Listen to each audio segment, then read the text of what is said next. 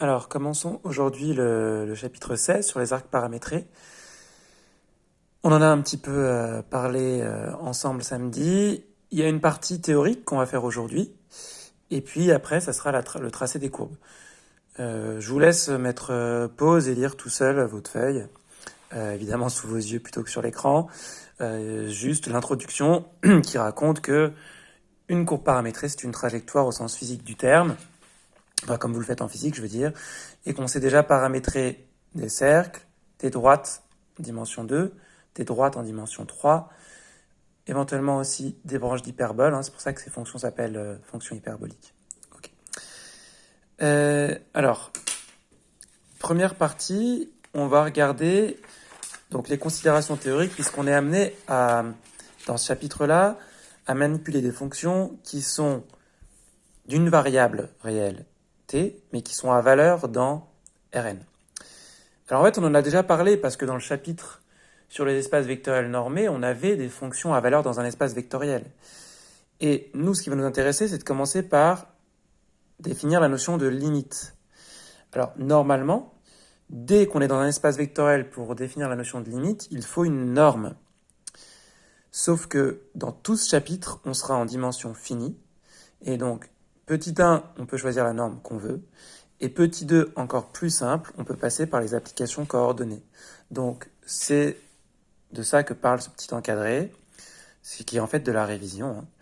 Le plus important, c'est que si f de t, c'est x1 de t jusqu'à xn de t, donc n fonctions coordonnées, le plus souvent, on sera dans le cas avec 2 dans ce chapitre, eh bien, f va admettre L comme limite en t0 si chaque fonction coordonnée, x1 de t a pour limite L1, xn de t a pour limite Ln. Pas de souci. Alors là, je vous ai remis avec la norme euclidienne ce que ça donne, et on peut redémontrer, mais c'est pas vraiment important pour nous, on peut redémontrer dans ce cas particulier de la norme euclidienne, grâce à des majorations, que la convergence de f de t vers L pour la norme euclidienne est équivalente à la norme, à la convergence de chaque fonction coordonnée. Bon. En pratique, c'est extrêmement simple. Pour faire la limite d'une fonction qui a valeur dans R2, je fais la limite de chaque coordonnée, aucun problème. Pour la dérivabilité, ça va être pareil, parce que la dérivabilité, il nous faut une nouvelle définition, puisque c'est pour une fonction à valeur dans Rn. On dira que f est dérivable en t0 si la limite du taux d'accroissement, f de t moins f de t0 sur t moins t0, existe, est un vecteur. Ici, il n'y a pas de existe et est fini, parce que pour qu'on est dans un espace vectoriel, existe, un vecteur qui existe, c'est forcément un vecteur avec des coordonnées finies. Okay.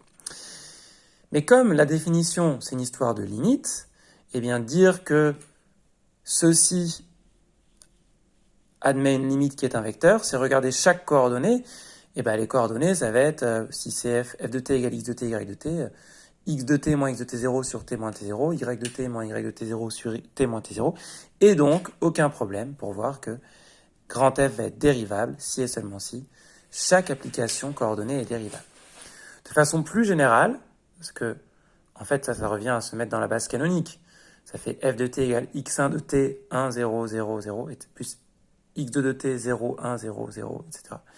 Si on se met dans une autre base que la base canonique, à partir du moment où c'est une base fixée qui ne dépend pas de t, bien entendu, si grand F de t se décompose sur la base canonique, grand F sera dérivable en t0, et donc sur i, si et seulement si chaque application, là, fi est dérivable en t0, et donc sur i.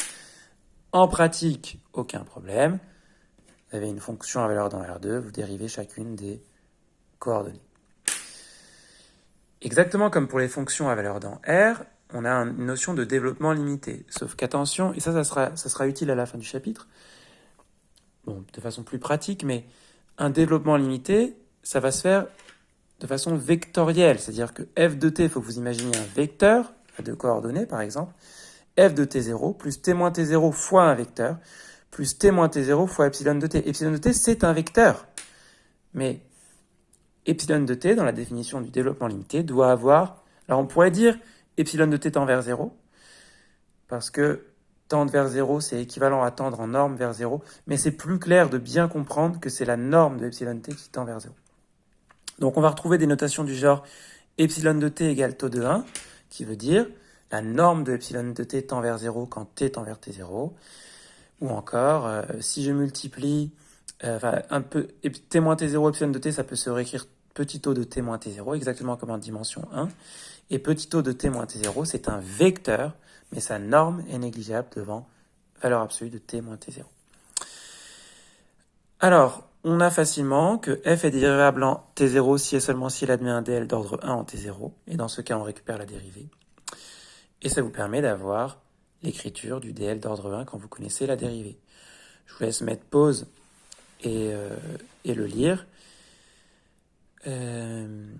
sur votre feuille, bien entendu. Ok. Et puis, si f est dérivable en t0, alors f est continu en t0. J'ai fait un essai de pause moi aussi. Alors, vous allez avoir les premières opérations algébriques qui sont très simples. On va pas en parler, vous pourrez regarder. Si f et g sont dérivables, toute combinaison linéaire est dérivable, etc., etc. Pas de problème. On va s'intéresser peut-être... Alors, il y a une autre... la dérivation de f rond phi avec d'une composée, en fait, elle est un peu technique, mais je vous l'ai écrite donc sur le poly, vous pouvez la regarder aussi, c'est pas notre priorité. On va quand même faire quelques petites démonstrations pour que vous sachiez faire des choses théoriques. Vous allez voir, c'est très simple, c'est assez simple. On va commencer par la 6 dérivation de L rond f, avec L qui est une application linéaire, et f qui est ta valeur dans Rn, ok? Donc, on va montrer que si f est dérivable, L rond f' égale L rond f'. Regardons cette démonstration. Je pars de la définition donc du taux d'accroissement. Le taux d'accroissement, 1 sur t moins t0, L rond f de t moins L rond f de t0. Oui, mais bon, juste par définition de la composée L rond f de t, c'est L de f de t. Okay. Et par contre, à l'étape d'après, ici comme là, on va utiliser la linéarité de f. Okay. Pour faire rentrer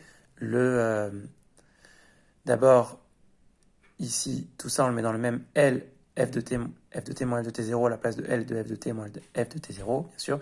Et puis, vous faites aussi rentrer le scalaire. Ok, pas de problème.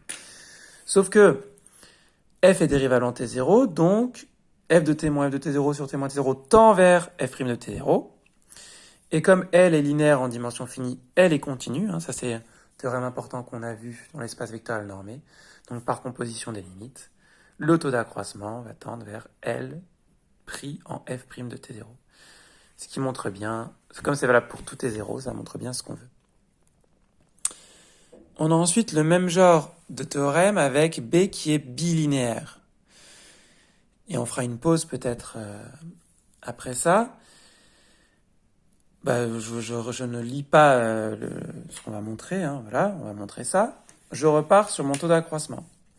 1 sur t moins t0, pas de problème. Là, il faut faire il y a une petite manip, une petite astuce. J'enlève et je rajoute B pris en f de t0, g de t. Pourquoi? Pour que, en fait, entre chaque étape, de là à là et de là à là, il n'y ait qu'une seule un seul des arguments des fonctions qui varient. Vous voyez, ici, il y aurait les deux qui varient en même temps, pour f et pour g. En effet, après avoir fait ça, qu'est-ce qui se passe? Par bilinéarité, d'abord, vu que j'ai g de t ici et là, je peux écrire ceci. Ici, j'ai f de t0 ici et là, par bilinéarité, je peux écrire ceci. Je rentre le 1 sur t moins t0 par bilinéarité encore. Je le rentre plutôt à gauche ici et à droite là, pour faire apparaître des quantités dont je connais la limite. En effet, ici, comme f est dérivable en t0, ça tend vers f' de t0. G, elle est dérivable en t0, donc continue, donc g de t tend vers g de t0.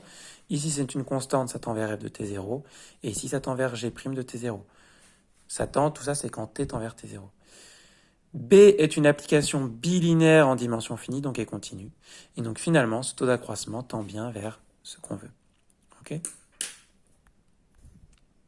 Alors, cette formule, elle peut sembler compliquée, mais des applications bilinéaires, on en a partout. Le produit de deux fonctions, c'est une application bilinéaire. Regarde, l'application qui a fg associe produit de fg, c'est une application bilinéaire. Donc si j'applique ça, je trouve que la dérivée du produit, c'est f'g plus fg'. En fait, qu'est-ce qui se passe, hein?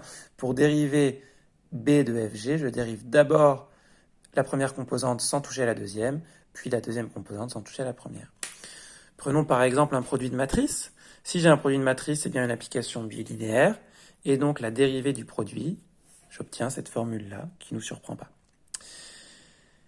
Je peux encore avoir le produit vectoriel, etc., etc., etc.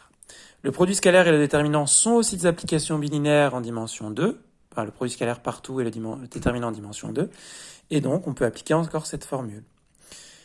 Une application concrète, c'est je prends tout de suite la dérivée du produit scalaire, voilà, j'ai f scalaire g', f'g plus f scalaire g'. Alors, juste, on peut rajouter quelque chose pour la norme. Il faut savoir dériver la norme. La norme, ça se dérive en norme de f', f scalaire f' sur norme de f. Comment on va montrer ça? Tout simplement en écrivant la norme comme n de t, c'est la racine de f de t scalaire f de t. Je suis en train de composer deux fonctions classiques qu'on connaît depuis terminale, enfin au sens, je veux dire, de théorique, c'est-à-dire qu'on a deux fonctions qui vont de R dans R, ou enfin d'un intervalle dans R, qui sont la racine et f de t scalaire f de t. Dérivée d'une fonction composée, pas de souci, v' de t fois u' pris en v de t, sauf que v' de t, je sais de dériver, c'est f' scalaire f plus f scalaire f', donc 2 fois f' scalaire f. Et puis la dérivée de la fonction racine, 1 sur 2 racine de v, donc c'est-à-dire 1 sur 2 racine de norme de f de t au carré, f de t scalaire de t, et donc ça nous donne ce qu'on veut. Alors, de la même façon, le déterminant, c'est une application bilinéaire en dimension 2, donc j'ai à nouveau que la déterminant de fg', déterminant de f'g plus déterminant de fg'. Il faut bien voir aussi que cette dérivation du déterminant, et je pourrais faire pareil avec le produit scalaire en dimension 2, je peux aussi la retrouver très facilement en passant aux applications coordonnées. En dimension 2, le déterminant, vous écrivez f de t, g de t sous forme d'un déterminant classique, matriciel, x1, x2, x1, y1, x2, y2. Vous faites le déterminant avec le gamma, et donc ça, vous avez la formule du déterminant que vous dérivez classiquement, pas de problème. Un petit peu hors programme, mais c'est facile à retenir. Si vous devez dériver un déterminant de taille n, en fait, ou de façon plus générale, une application n linéaire, en fait, c'est le même principe, c'est-à-dire que je vais dériver à chaque fois une seule des composantes. Regardez, par exemple, si j'ai le produit de n fonctions, eh bien, pour dériver phi, je dérive f1, je ne touche pas aux autres, plus je dérive f2, je ne touche pas aux autres, etc., etc. Et si vous voulez dériver le déterminant d'une matrice, eh bien, vous allez dériver tour à tour les colonnes de la matrice. C'est un petit peu, c'est pas vraiment au programme, mais c'est une généralisation simple. On va faire une première pause là, je vais mettre cette vidéo en ligne et puis on continuera ensuite.